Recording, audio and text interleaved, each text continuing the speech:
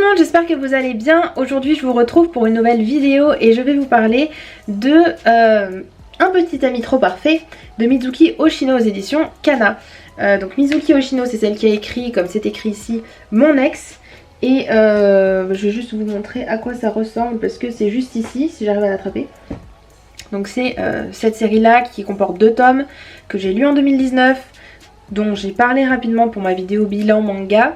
Et du coup voilà, j'avais bien aimé cette série, donc je me suis dit pourquoi pas lire celle-ci, enfin essayer au moins le tome 1. On suit Hiroa qui est une jeune fille de 16 ans qui a jamais été amoureuse de n'importe qui, de quiconque. Je sais pas si ma phrase est française.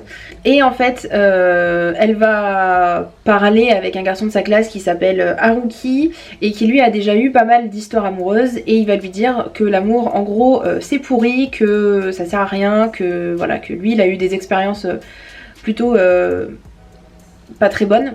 Et donc, voilà, l'amour, c'est... on s'en fiche, quoi. Enfin, voilà. Donc elle, elle est pas vraiment de cet avis, elle essaye de lui dire bah non écoute tu peux pas dire ça, gna. Et je saurais pas vraiment expliquer pourquoi, mais le garçon va lui dire qu'il est amoureux d'elle, et elle va lui dire, enfin bref. Du coup ça va naître une histoire d'amour de cette chose un petit peu bizarre. Et voilà, et du coup ils vont commencer à sortir ensemble. Et comme lui il a déjà des expériences, il va être pas mal entreprenant par rapport à elle. Et elle va un petit peu se laisser faire. Et il va même être un peu trop collant et un peu trop protecteur. Et sachant que Hiroa, elle a aucune idée de ce qui est faisable, enfin ce qui est faisable, on va dire de ce qu'on fait en couple et ce qu'on fait pas en couple. Du coup elle va être un petit peu à côté de la plaque à certains moments, si je peux dire ça comme ça. Alors concernant les dessins, moi c'est vraiment un style de dessin que j'adore. Je trouve que voilà, les personnages avec des grands yeux, tout ça, c'est vraiment le style que j'apprécie. Donc de toute façon pour les dessins je les connaissais déjà puisque comme je vous dis j'avais lu Mon ex. Après pour ce qui est de l'histoire en elle-même, j'ai vraiment passé un super moment, c'était vraiment super sympa à lire, ça n'a pas été un coup de cœur mais j'ai trouvé que le fait que, enfin vous avez vu dans le résumé que je vous ai fait, je vois pas trop comment les deux se sont mis à s'aimer comme ça alors que ils se connaissaient pas et qu'il n'y a pas forcément de raison ou de... je sais pas, enfin bref, je trouve ça un petit peu bizarre.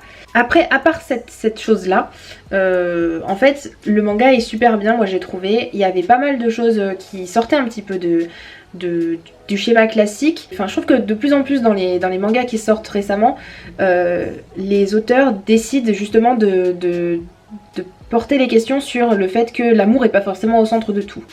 Donc ça c'est vraiment un point que j'ai beaucoup aimé. Je trouve que leur relation elle évolue d'un côté assez rapidement parce que pour le coup ils se connaissent pas etc. et ils sont assez proches rapidement.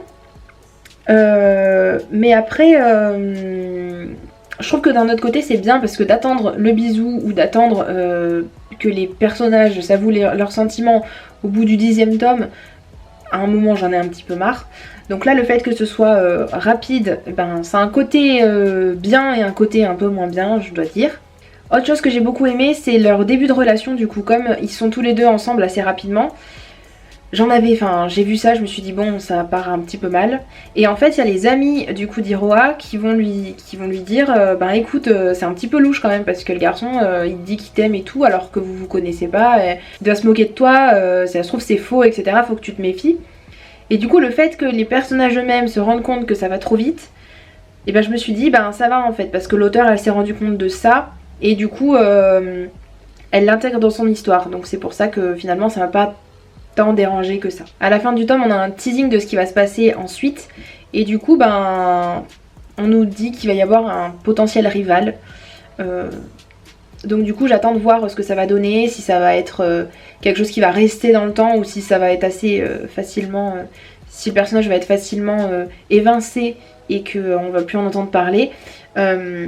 Donc voilà, on verra. On a un garçon qui est très très jaloux et du coup ça donne un côté un petit peu piquant, un petit peu différent, une dynamique différente au manga, donc voilà.